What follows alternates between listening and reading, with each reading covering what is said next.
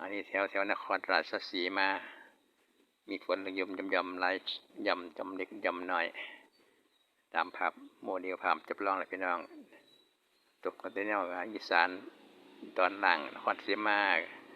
ขึ้นไปเชียงขอนแก่นอุดรเป็นฝนกลุ่มเล็กๆมันฝนตกหนักแล้วก็แถวภาคเหนือเชียงใหม่ก็มีและภาคใต้บางพื้นที่ตามภาพนี่พี่น้องฝนตกมาสำหรับวันที่21มื้อนี้ช่วงเที่ยงถึง 18 นาฬิกาคณะรายงานเรดาร์ตรวจพบกลุ่มฝนอยู่หลายจุดหลายพื้นที่แต่มีฝนน้อยลงกว่าทุกมื้อสำหรับอีสานด้านตะวันออกอีสานตอนล่างท้องฟ้าปลอดโปร่งแจ่มใสมีแถวภาคเหนือเลาะชายแดนพม่าแล้วก็แถวภาคกลางภาคตะวันออกแถวโคราชนครราชสีมาปากช่องปากตงไส้เป็นฝนกลุ่มเล็กๆเป็นสีเหลืองสีเขียวอันนี้เป็นแนวยาวตั้งแต่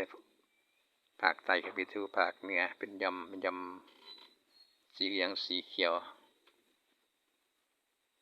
พื้นที่เสี่ยงพื้นที่ฝนตกสำหรับ